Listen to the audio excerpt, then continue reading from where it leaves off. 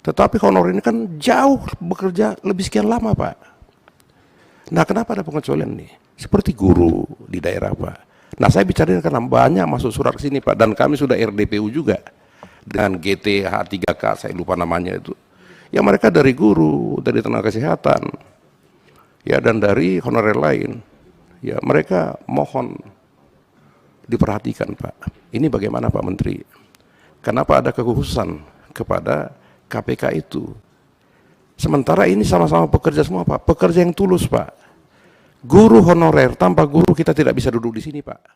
Menteri Pendayagunaan Aparatur Negara dan Reformasi Birokrasi Menpan RB Cahyokumolo menghadiri rapat kerja dengan Komisi 2 DPR RI di Jakarta. Rapat ini membahas terkait rekrutmen calon ASN tahun 2021 dan kinerja Kementerian Pan RB tahun 2020. Di sela-sela rapat, Juni Margirsang sempat menanyakan perihal rekrutmen pegawai P3K. Sebelum kita menyimak tanggapan Menpan RB terkait pertanyaan yang diberikan, ada baiknya teman-teman mendukung channel ini agar lebih berkembang dengan cara subscribe, like, dan aktifkan notifikasinya.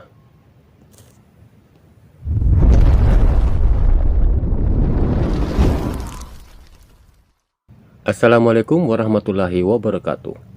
Menteri Pendayagunaan Aparatur Negara dan Reformasi Birokrasi Menpan RB Cahyokumolo menghadiri rapat kerja dengan Komisi 2 DPR RI. Di sela-sela rapat tersebut, Juni Margirsang sempat menanyakan perihal rekrutmen pegawai P3K. Berikut cuplikannya. Silakan Pak Junimat. Ya, makasih Ketua. Assalamualaikum warahmatullahi wabarakatuh. Salam sejahtera kepada kita semua. Pak Menteri, kami sudah mendengar tadi paparan singkat tapi padat dari Pak Menteri mengenai ASN ini yang meliputi PNS dan P3K. P3K ya, yang dibagi dua sesuai dengan PP nomor 11 tahun 2017 ya, tentang manajemen PNS, dan PP 49 2018 tentang manajemen P3K.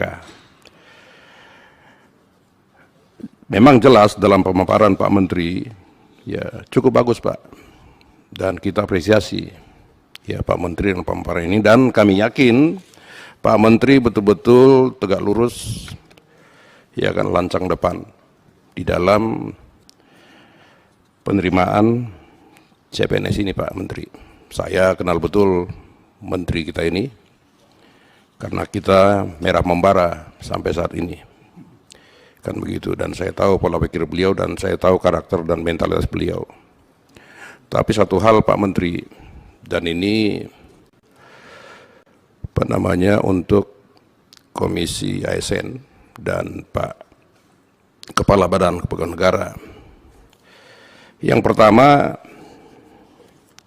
saya ingin menanyakan ya kepada Pak Menteri. Ini kan ada P3K, Pak Menteri, ya. Terus ada CPNS. Ini jelas semua di sini. Saya mau tanya Pak Menteri, di mana posisi honorer? Ya kan, kalau ada posisinya diletakkan di mana dalam P3K misalnya, berapa persen, ya kan, kuota untuk honorer tersebut. Yang kedua, Pak Menteri,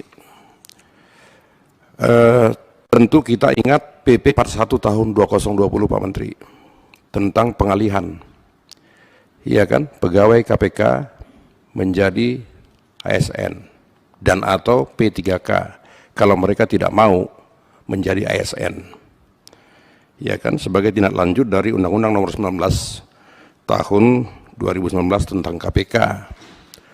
Nah, di PP ini kan kalau saya tidak salah di peraturan komisi, Pak Menteri, ya di situ tidak dipersoalkan usia, 35 masih bisa jadi ASN. Kan begitu Pak Menteri, dan Pak Kepala BKN. Nah, bagaimana tentang honorer ini, Pak? Kenapa ada pengecualian? Ya, melalui PP 412020 terhadap KPK. Walaupun mereka itu komisi yang sudah bekerja sekian lama. Tetapi honorer ini kan jauh bekerja lebih sekian lama, Pak. Nah, kenapa ada pengecualian nih? Seperti guru di daerah, Pak. Nah, saya bicara karena banyak masuk surat ke sini, Pak, dan kami sudah RDPU juga dengan GTH 3K, saya lupa namanya itu. Ya, mereka dari guru, dari tenaga kesehatan, ya, dan dari honorer lain. Ya, mereka mohon diperhatikan, Pak. Ini bagaimana, Pak Menteri? Kenapa ada kekhususan kepada KPK itu? Sementara ini sama-sama pekerja semua, Pak. Pekerja yang tulus, Pak. Guru honorer, tanpa guru kita tidak bisa duduk di sini, Pak. Akan begitu. Ini kan mulia, Pak, semua. KPK juga mulia.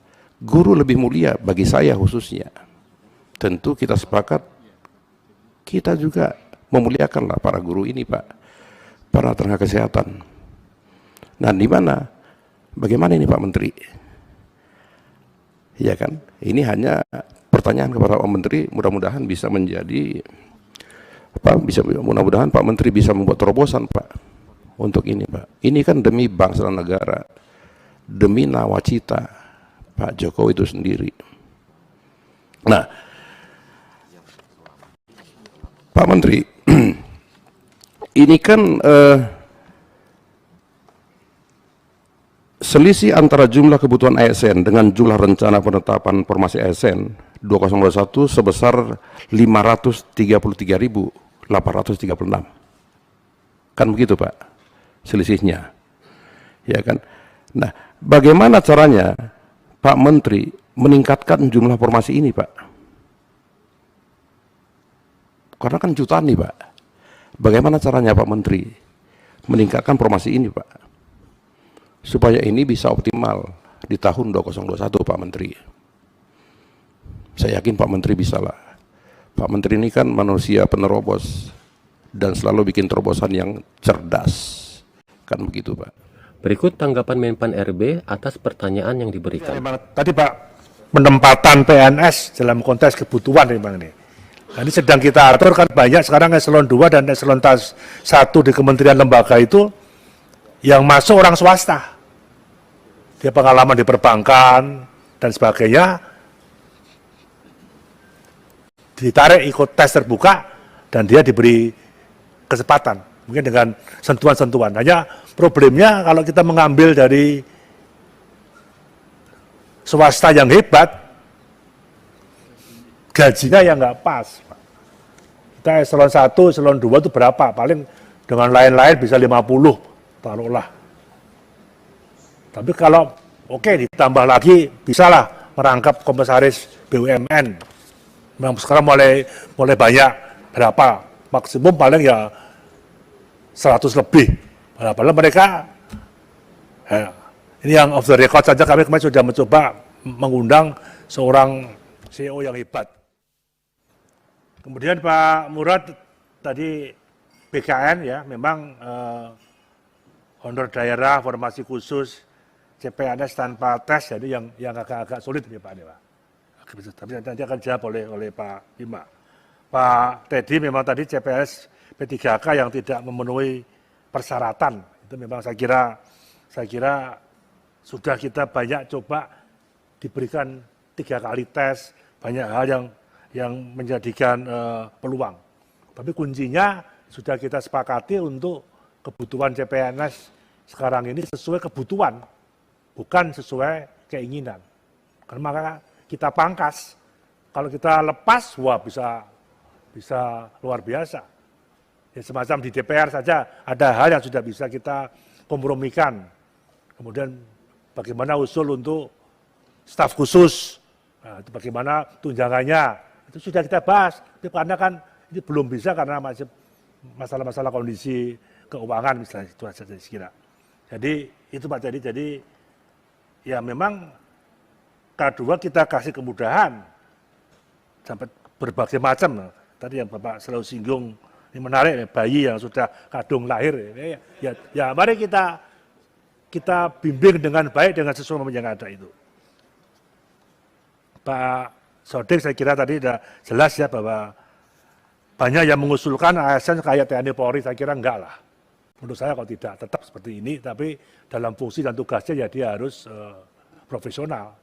Nah, termasuk P3K yang guru, kepala sekolah ya nanti jangan diiming-imingi jadi kepala dinas. Kepala sekolah jadi pimpro, lebih enak ngurusi pimpronya dong daripada ngurusi itunya, saya kira itu. Interupsi Ketua, sedikit aja. Sedikit Ketua. Ya, Pak Nasir baru Pak Muras. Ya, ini Pak Menteri tadi sempat disinggung beberapa kali, mungkin soal nasib guru P3K ini. Ya, terus terang saja memang kalau tidak salah ingat itu ada SKB 5 Menteri terkait penataan dan pemerataan guru. Saya nggak ingat apakah itu masih berlaku atau tidak. Di situ ada Menkyu, di situ ada Mendagri, di situ ada Menekpan, di situ ada Menak, di situ ada Mendiknas. Nah, bagaimana nasibnya? Karena apapun ceritanya, Pak Menteri, kita hadir di sini juga karena ada guru. Tentu berbeda antara guru P3K dengan guru PNS. Ya, memang kita tidak pungkiri bahwa ada guru yang PNS, setelah dia jadi PNS dia minta pindah ke sana. Sehingga ini dijadikan alasan bahwa ada disparitas. Padahal menurut saya disparitas itu hanya persoalan kecil dari masalah guru yang sebenarnya. Nah, karena itu kan kalau kita lihat guru PNS, guru P3, ya menurut saya itu ada kesenjangan, ya, ada kesenjangan. Nah, oleh karena itu di satu sisi kita ingin menjadi negara generasi emas. Generasi emas itu salah satu kontribusinya diberikan oleh para pendidik, para guru salah satunya. Nah, oleh karena itu Pak Menteri, saya hanya ingin mengingatkan ya terkait apakah memang SKB 5 Menteri itu masih berjalan atau seperti apa nasibnya dan bagaimana kemudian ke depan soal penataan dan pemerataan guru ini dan juga kemudian statusnya tadi itu kan berbeda Pak ya, PNS dengan P3 itu berbeda sekali ya, soal pensiun dan lain sebagainya, bahkan kadang-kadang tidak ada kepastian dengan P3K ini. Nah, oleh karena itu sekali lagi dalam konteks kita ingin mewujudkan generasi emas, ya Indonesia emas, ya terkait dengan kontribusi guru, saya minta ini diperhatikan. Terima kasih Ketua. Ya.